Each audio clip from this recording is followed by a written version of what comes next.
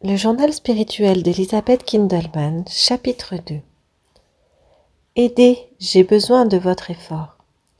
Le 14 mai 1962. Aujourd'hui, c'est encore une fois la Sainte Vierge qui m'a réveillée. Cette fois, je suis restée en position de repos. Vierge Marie. Ma petite carmélite, en ce moment, dans le silence de la nuit, j'aimerais causer avec toi. Prête attention à ce que je dis, mais continue à te reposer. Tu sais, n'est-ce pas, l'immense peine de mon cœur? Satan est en train de balayer les âmes de façon vertigineuse. Pourquoi ne vous efforcez-vous pas d'empêcher cela de toutes vos forces et le plus rapidement possible? J'ai besoin de votre effort. Mon cœur se consume de douleur parce que je vois à quel point beaucoup d'âmes se damnent. Beaucoup d'entre elles, malgré leur bonne volonté, sont entraînées.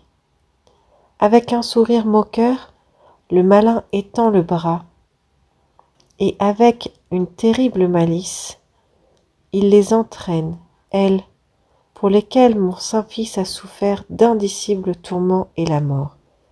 Aidez. Parle à mes fils, ils seront mes ambassadeurs. Renonce complètement à toi-même. Le 17 mai 1962. Durant ma prière du matin, la Sainte Vierge m'a parlé, et aussi durant la Sainte Messe. Elle se plaignait sans arrêt sur un ton très triste. Elle souffrait, comme si elle se tordait les mains et suppliait. Vierge Marie. La rage sauvage de Satan va en augmentant pour s'emparer même des âmes persévérantes. Ne lui permettez pas cela, aidez-moi. Et, suppliante, elle ne cessait d'implorer. La douleur de son cœur se communiquait au mien. Moi-même, je me débattais, impuissante. Ma prière s'étouffait dans les larmes. Maintenant, en écrivant ces lignes, la douleur me serre encore le cœur. Je dois interrompre l'écriture à cause des larmes. Ô ma mère, que puis-je faire? Vierge Marie, va, parle à mes fils, ils seront mes envoyés. Parle-toi, ô ma mère, en ma faveur. Je suis si misérable, je ne suis rien. À moi on ne prête aucune attention, et pourtant j'ai déjà transmis tes paroles.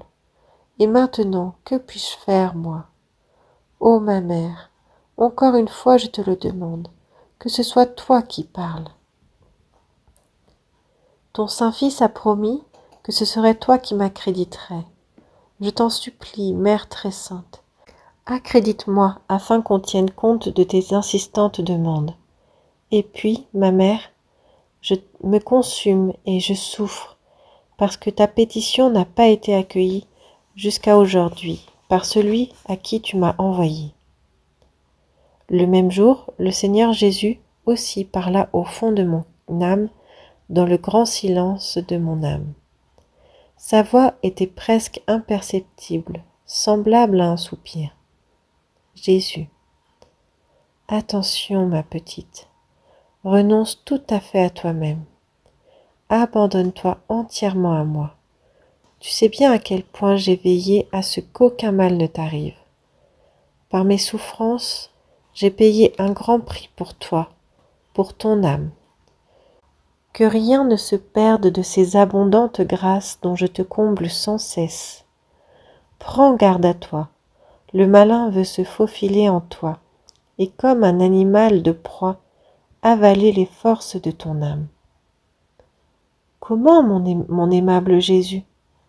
Moi, à l'instant même de mon réveil, dans le premier élan de mon cœur, je m'offre à toi en m'oubliant et en me méprisant moi-même, de peur que le démon ne trouve une place en mon âme en me réveillant. Reçois-moi, mon Seigneur, et mon bon Dieu. Jésus, dis-moi cela durant toute la journée, et non seulement à ton réveil. Et avec un doux soupir, il me dit, ma petite. Rêve, le 23 mai 1962. Tôt le matin, j'avais hâte d'arriver auprès du Seigneur pour le remercier de la force dont il m'avait comblé pour la veillée nocturne. Il était très ému, et je pouvais à peine supporter le battement de son cœur. Il résonnait en mon cœur avec une douceur que jamais auparavant je n'avais ressentie. Seigneur, je ne suis pas digne de ce que tu fais en moi, mais je tâcherai de toutes mes forces de te montrer ma reconnaissance d'une façon ou d'une autre pour ta bonté. Lui continuait à me faire sentir son extraordinaire charité. Je n'ai pas écrit le rêve que j'ai fait, je ne voulais pas le décrire, mais il s'est placé à côté de moi et a dit « Jésus, écris-le aussi, ma petite. » Du 16 au 17 mai, j'ai fait ce rêve. Je n'ai presque pas l'habitude de rêver, et si cela m'arrive en me réveillant, j'oublie tout ce à quoi j'ai rêvé. Mais ce rêve, non seulement je ne l'ai pas oublié, mais je l'avais présent avec une plus grande vivacité après le réveil. J'avais vu un grand disque noir, avec des nuages gris qui tourbillonnaient autour. À côté du disque, j'ai vu des hommes à l'apparence étrange. Ils étaient tout à fait décharnés, presque sans corps, en vêtements gris. Je n'ai pas vu leur visage, seulement leur nuque. Soudain, j'ai senti que c'étaient des diables, et précisément les pires. Quand je regardais le disque, juste au même moment, il achevait de faire une plaque de fer. Avec celle-ci, ils couvrirent le disque qui, juste à l'instant d'avant, était pleinement visible. Quand ils l'eurent recouvert avec cette plaque de fer, ils l'observèrent minutieusement et, par un grand sourire moqueur, ils exprimaient leur satisfaction pour le travail effectué.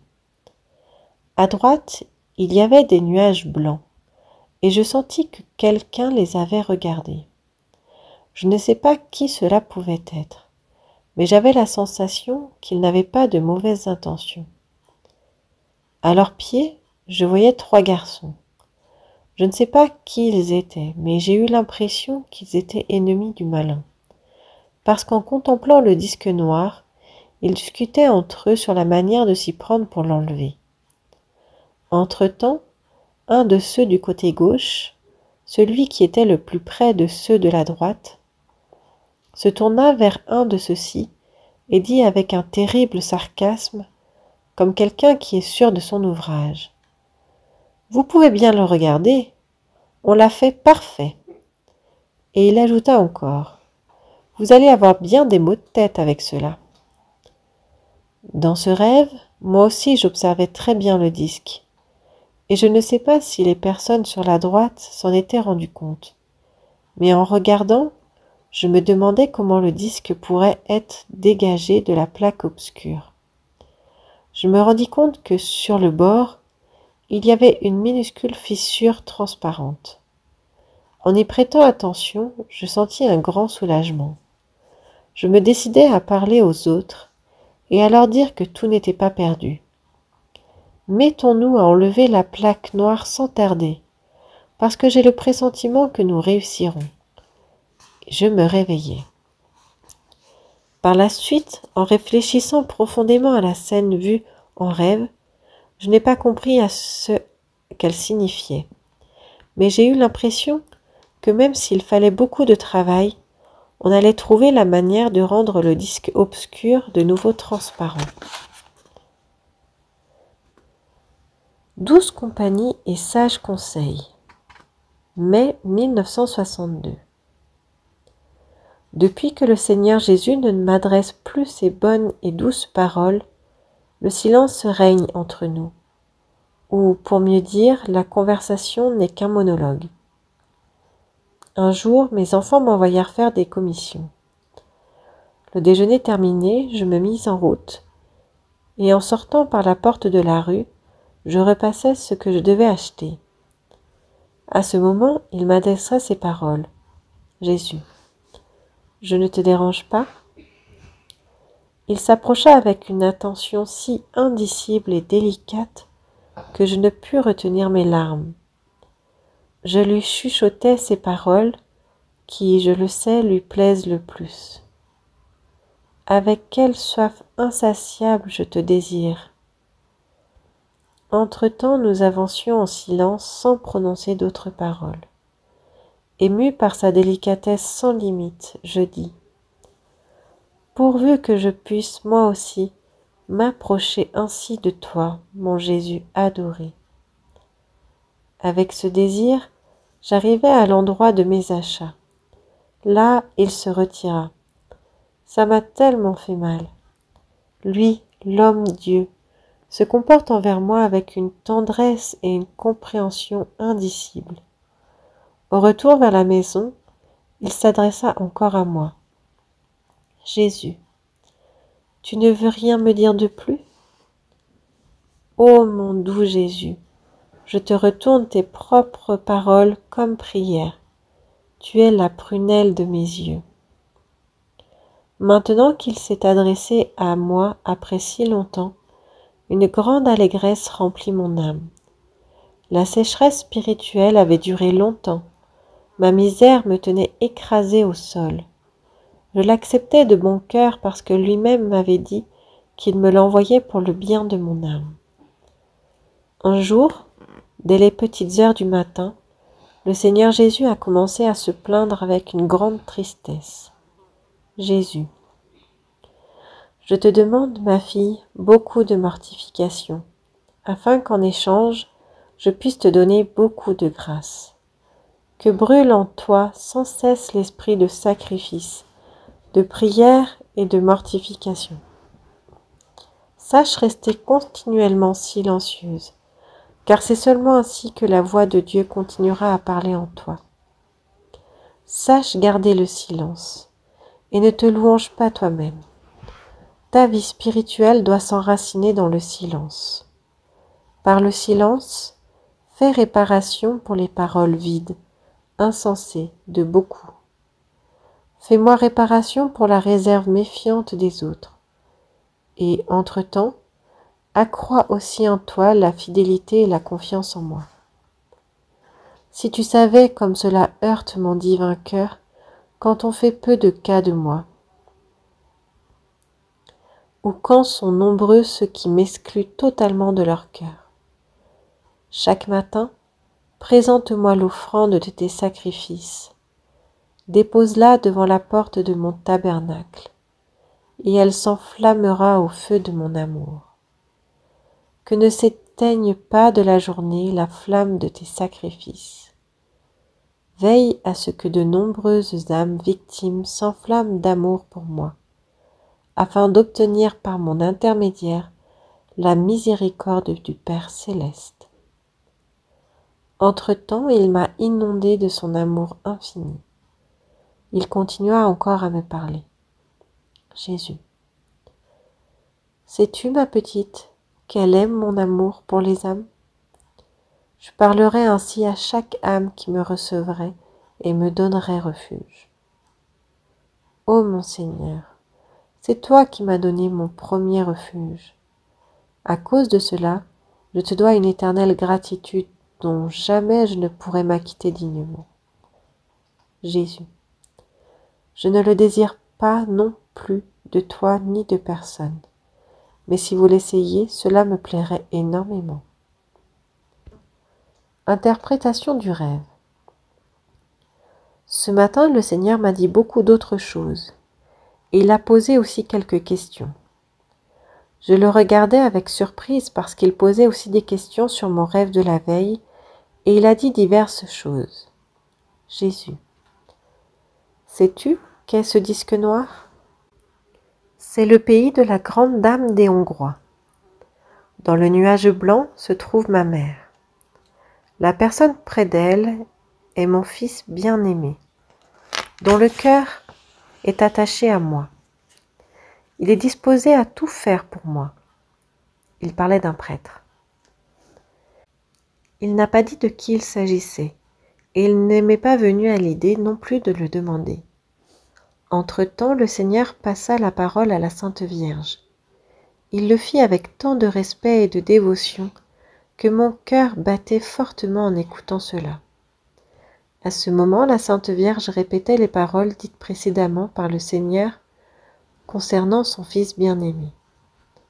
Après, le Seigneur Jésus reprit de nouveau la parole. Jésus. Sais-tu ce que signifie l'épaisse noirceur sur le disque? Elle représente les 7 péchés capitaux. Cette plaque est composée de 7 lames, et chacune d'elles est placée séparément, bien qu'elles paraissent soudées en une seule pièce. La couche supérieure est la luxure. C'est une couche très fine et résistante, mais on peut la plier, et c'est de cette façon qu'il faut l'ôter de là.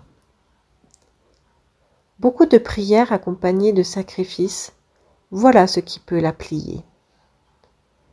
Après vient la seconde, qui est l'indifférence, la mollesse, la paresse, à faire le bien. Celle-là ne peut être pliée. Elle est d'une couleur noire inaltérable. Ce n'est que par de grands efforts qu'on peut en détacher par usure de minuscules particules grosses comme des grains de poussière. Mais il ne faut pas avoir peur. Je serai avec vous dans cet important travail. Cependant, faites attention, car le malin non plus ne reste pas inactif, et seul un acharnement sans défaillance peut user cette indifférence à faire le bien, ce disque dur. Si seulement je percevais votre bonne volonté et votre décision de vous mettre en marche, ne craignez pas le malin. Sur ce, Jésus passa de nouveau la parole à la Sainte Vierge. Sa voix était immensément réconfortante et à la fois suppliante. Vierge Marie, regardez-moi maintenant et ayez recours à mon intercession. Je veux vous aider et j'en ai le pouvoir. Si seulement je percevais votre bonne volonté et un premier pas énergique. Ne le remettez pas plus longtemps. Vous avez déjà perdu trop de temps. Le malin travaille avec plus de succès et avec un plus grand acharnement que vous. Cela me fait si mal. Ma petite Carmélite, je me penche jusqu'à toi avec une tendresse maternelle. Je te caresse et te protège de tout danger spirituel. N'aie pas peur du malin qui rôde sans cesse autour de toi. Je l'ai décontenancé. Tu n'as pas à avoir peur. Réfugie-toi sous mon manteau et baise fréquemment mon saint vêtement, le scapulaire, que tu portes sur toi. Soignez le vêtement si beau de la grâce sanctifiante. Après que la Sainte Vierge m'eut parlé, le Seigneur Jésus dit encore plusieurs choses, mais je ne peux malheureusement pas toutes les écrire. Après la Sainte Communion, je l'ai remercié avec une profonde gratitude pour ses grâces abondantes et lui ai demandé pardon pour l'avoir reçu tant de fois indignement dans mon cœur. J'ai fait réparation aussi pour ceux qui aujourd'hui le reçoivent indignement. Le Seigneur Jésus, voyant mon affliction et ma réparation, commença à se plaindre avec effusion. Ses paroles de doléance coulaient à flots. Jésus, ma petite, quand un père de famille achète un vêtement neuf pour son enfant, il lui fait dire merci et lui recommande d'en prendre soin, car c'est le fruit de bien des sacrifices. Mon Père céleste aussi vous a donné un vêtement neuf à votre baptême, le vêtement si beau de la grâce sanctifiante, et malgré cela vous n'en prenez pas soin.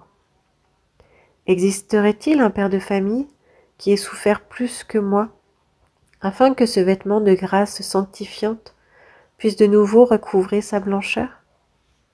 J'ai institué le sacrement de la confession, et vous n'en faites pas usage. C'est pour cela que j'ai sué du sang. C'est pour cela que j'ai été couronnée d'épines. C'est volontairement que je me suis étendue sur le bois de ma sainte croix. J'ai souffert l'indicible. Et après, je me suis cachée humblement, sous une apparence banale, pour vous être plus accessible, pour que vous ne me craigniez pas. Comme un petit enfant enveloppé de l'ange blanc, je me suis caché dans la blanche hostie. Quand j'entre en votre cœur, assurez-vous qu'il ne se trouve aucune saleté sur le vêtement de votre âme, aucun accroc ou aucune tache. Car y a-t-il un père de famille qui ait fait un plus grand sacrifice pour acquérir un vêtement à son enfant? Beaucoup ne me sont pas le moindrement reconnaissants. Tous les jours, impassibles, vous répétez les mêmes paroles avec froideur, sans les ressentir, sans y prêter attention, avec les pensées ailleurs. Vous venez ainsi tous les jours, et il en va ainsi année après année.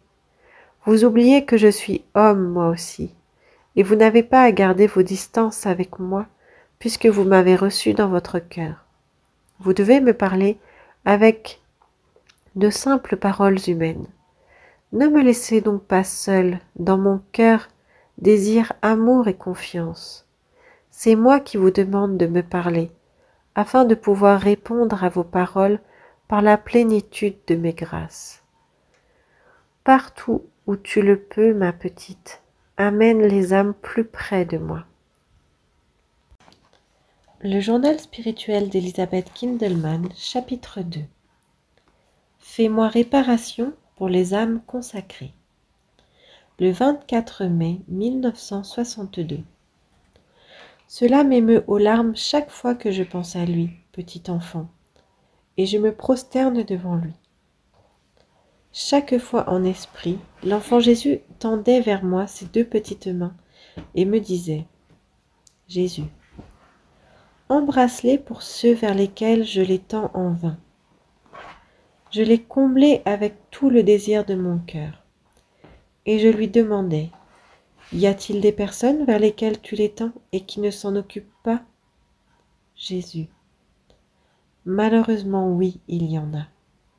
Mais cela me peine car devant celle-là, je devrais lever ma main en juge sévère. Aujourd'hui, il m'a dit, Jésus, fais-moi réparation pour ces âmes qui, bien qu'elles me soient consacrées, ne se préoccupent pas de moi. Elles que j'ai abritées en mon cœur, elles que j'ai comblées de mes précieux trésors, elles laissent pourtant la poussière s'accumuler au fond de leur cœur. Si on les dépoussiérait par le sacrement de pénitence, elles redeviendraient reluisantes par la clarté de mes grâces. Mais cela ne les intéresse pas. Elles se distraient seulement par le jeu multicolore de ce monde, qui ne rassemble pas avec moi, disperse. Le doux Sauveur me demanda de méditer avec lui ses désirs éternels. Cela a pris beaucoup de temps. Il a médité la prière avec moi. Cela me fait de la peine de ne pas pouvoir la décrire, parce que ces paroles passèrent directement à mon subconscient.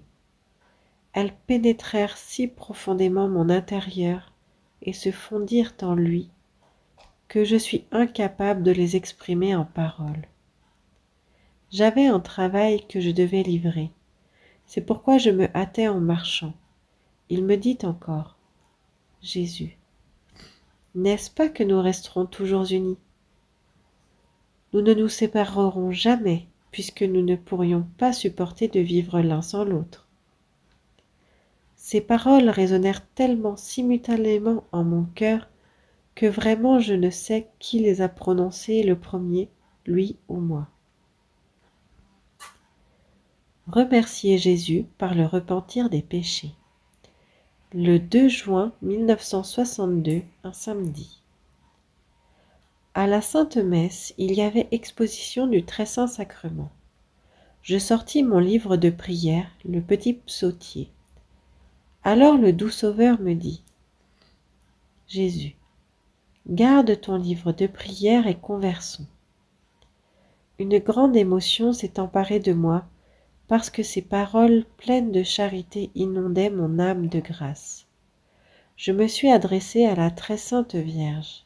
« Viens, ô ma mère, aide-moi à remercier ton Saint-Fils, parce que c'est à peine si je peux supporter ces grâces qui viennent à moi avec une force irrésistible. Je n'arrive à prononcer aucune parole. De quelle manière pourrais-je le remercier? La Vierge Marie, réponds à mon Saint-Fils par le profond repentir de tes péchés. Ces paroles de la Sainte Vierge m'ont conduite à un profond repentir du cœur. Mes yeux se remplirent de larmes. C'est ainsi qu'il a passé le temps jusqu'au moment de la Sainte Communion. Sur l'harmonium, on entonna le cantique sacré, dans la profondeur silencieuse de l'Église. Cela a augmenté encore plus la tendresse que je ressentais pour lui. C'est mon chant préféré. Cela faisait bien des mois que je ne l'avais pas entendu jouer, et à présent c'est le 4e jour de suite que je l'entends. Jamais il ne m'avait touché autant qu'aujourd'hui. Les larmes coulaient sur mon visage. Je ne pouvais les retenir, même pas au moment de recevoir la communion. Après m'être agenouillée de nouveau à ma place, j'aurais voulu exprimer ma gratitude par l'union avec lui. Mais il n'a pas cessé de parler. Il a commencé à faire mon éloge. Jésus, ma toute petite sœur, que je me sens donc heureux de pouvoir entrer en ton cœur qui cherche à m'aimer de toutes ses forces. Et il inondait tellement mon âme, qui supportait déjà quelques jours d'aridité spirituelle, de ces grâces fécondes, que je me sentais écrasée par la conscience de ma misère. Il continuait à me parler. Jésus, est-ce que le cantique t'a plu? C'est moi qui l'ai fait jouer aujourd'hui sur l'harmonium. C'est le cantique qui nous plaît le plus. Je voulais ainsi t'être agréable parce que tu aimes tant la profondeur silencieuse de l'église où j'habite. Le 2 juin, ce fut le doux Sauveur qui me réveilla pour l'heure de la veillée nocturne par ses paroles. Dans la nuit solitaire, je cherche des cœurs. Que celui qui un jour lira ces lignes ne prenne pas mal que, encore une fois, il me faut noter que les larmes jaillirent. Tant de délicatesse et d'attention de sa part me faisait monter les larmes aux yeux. Puis il me dit, Jésus, puisque cela aussi te plaît, à partir d'aujourd'hui, quand c'est moi qui te réveillerai, je te dirai, dans la nuit solitaire, je cherche des cœurs. Je sentis par ces paroles que son éternelle pensée est de chercher des cœurs. Souffre avec moi. Le 3 juin 1962. Aujourd'hui, à l'aube, au moment de terminer la seconde heure de la prière nocturne, le Sauveur m'a dit sur un ton suppliant, Jésus, ma petite, souffre avec moi, éprouve ce que j'éprouve, soulage ma douleur. Et avec les yeux de l'âme, il me fit voir une vision qui, un peu plus, me brisait le cœur.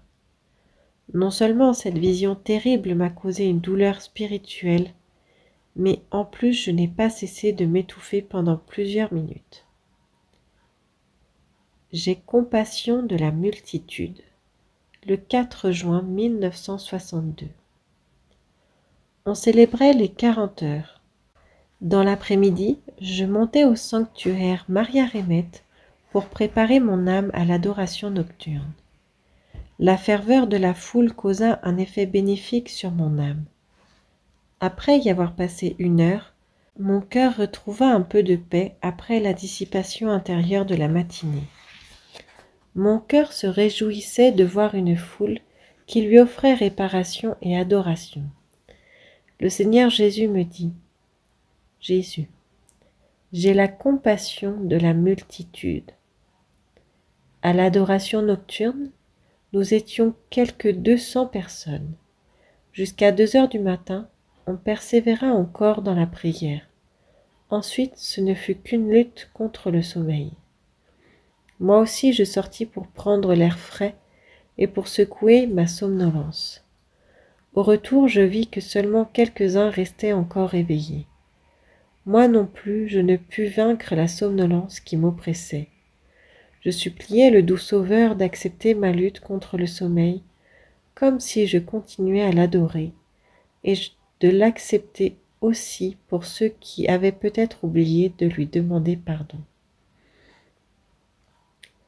Lamentation du Sacré-Cœur de Jésus, le 2 juillet 1962. En visitant le très saint sacrement l'après-midi de la fête de Notre-Dame-des-Neiges, le Seigneur Jésus m'inonda de nouveau de ses lamentations. Jésus. Demain, ma petite, c'est le vendredi de mon Sacré-Cœur. Comme je voudrais répandre l'abondance de mes grâces dans vos âmes. Demande beaucoup, non seulement pour toi, mais pour tous. Le Seigneur Jésus poursuivit. Jésus. Aime-moi davantage, avec une plus grande fidélité, et ne te fatigue pas d'entendre mes continuelles lamentations. Je me plains beaucoup, ma petite, parce qu'ils sont si rares ceux qui m'écoutent. C'est en vain que je me plains aux âmes qui me sont consacrées. Elles n'entrent pas dans l'intimité de leur cœur, afin qu'à elles aussi je fasse entendre mes lamentations. Et pourtant, comme j'aurais voulu leur parler de la façon de promouvoir la venue de mon royaume. Toi, attise le feu. 12 juillet 1962. Jésus. Tu vois, nous n'avons encore presque rien fait.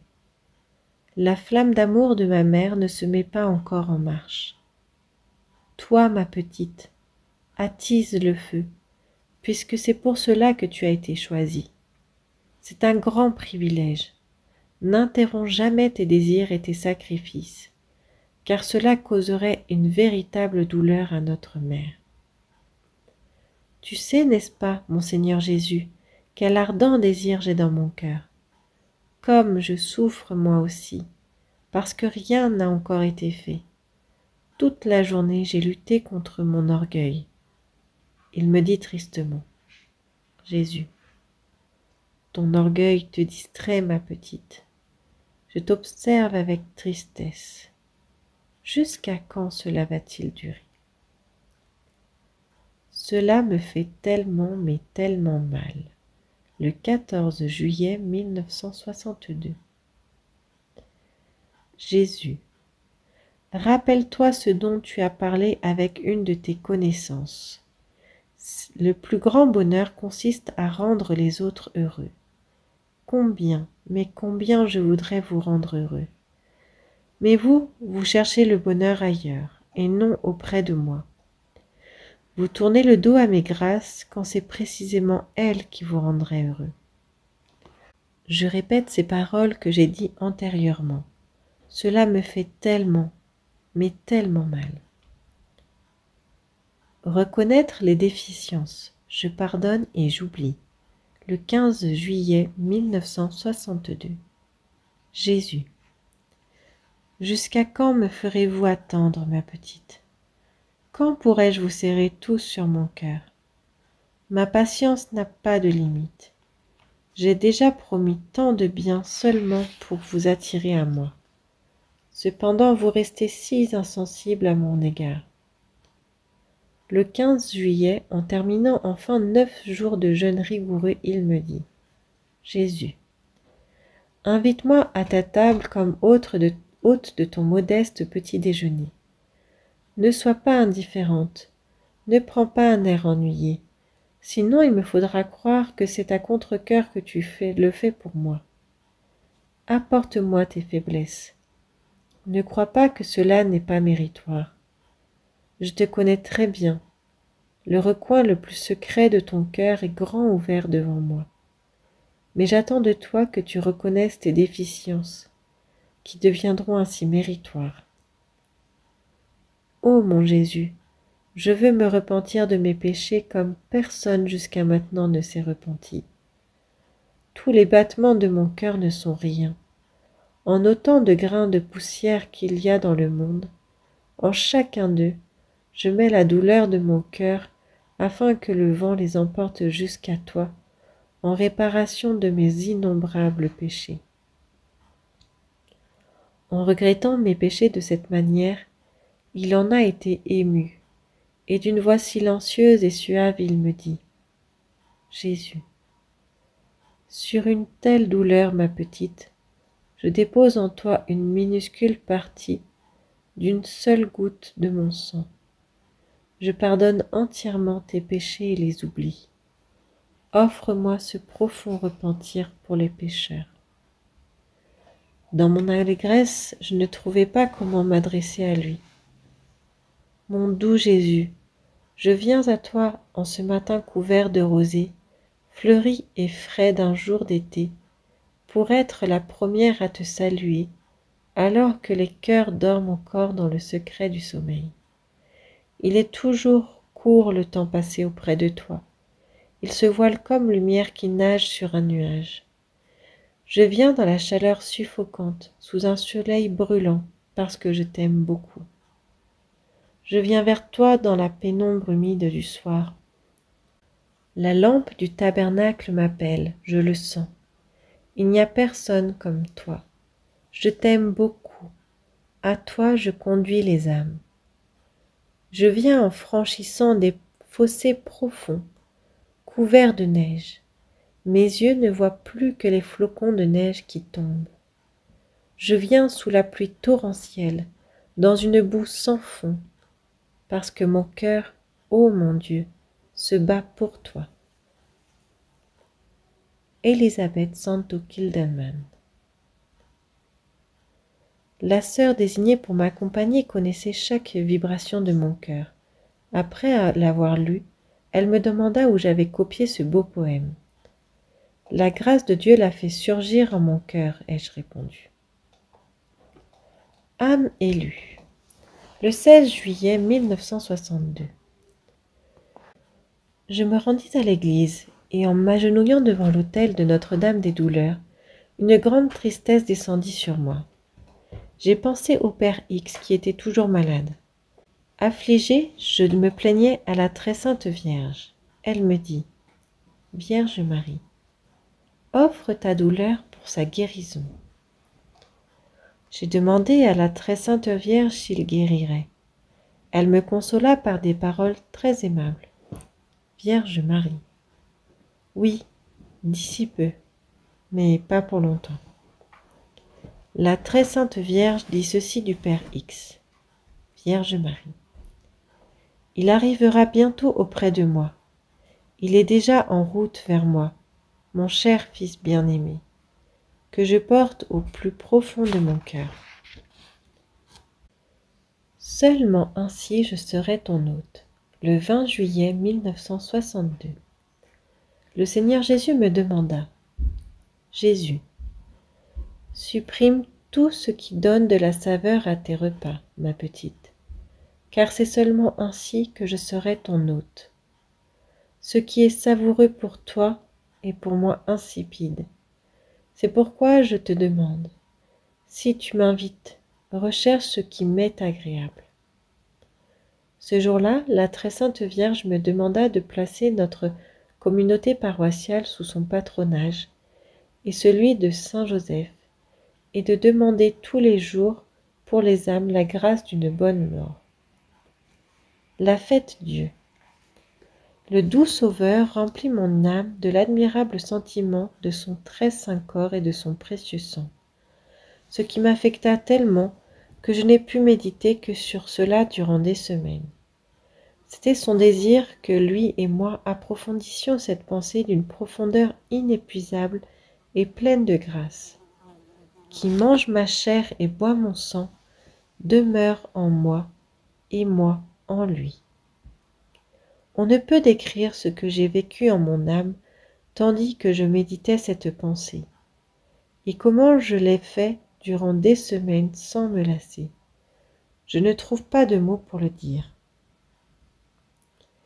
Le malin a envié cette grâce si fortifiante, et en se plaçant juste à mon côté, par ses continuelles vexations, il a voulu m'arrêter de penser à la très sainte Eucharistie.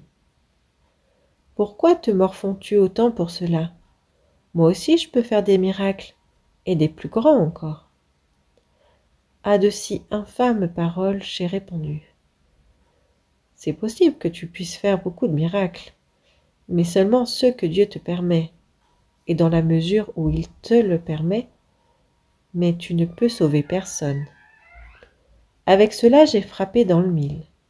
Moi-même, je n'aurais pas pensé que ces paroles le laisseraient si désarmé. Honteux et furieux, il n'osa pas me molester davantage. Ô mon Jésus adoré,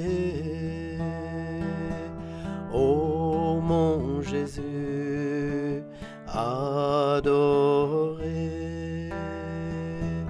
ô mon Jésus adoré,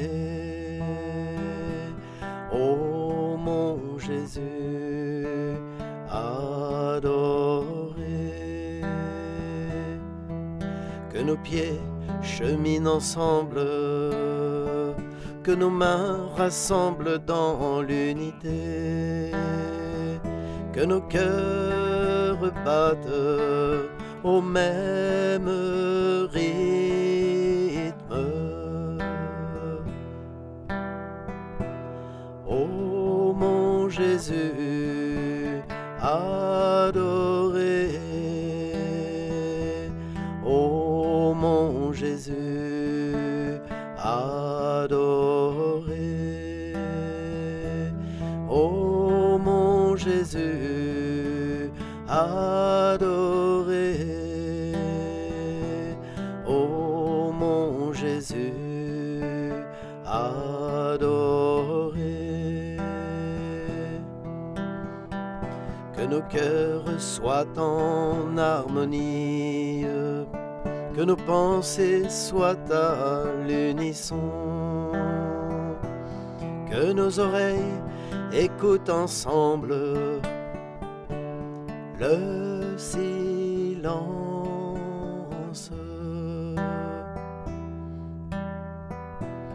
Ô mon Jésus adoré, ô mon Jésus adoré, ô mon Jésus adoré, ô mon Jésus adoré. Que nos regards se fondent l'un dans l'autre et que nos lèvres supplient ensemble le Père éternel pour obtenir miséricorde. Ainsi soit-il. Ô mon Jésus adoré, ô mon Jésus adoré, ô mon Jésus adoré.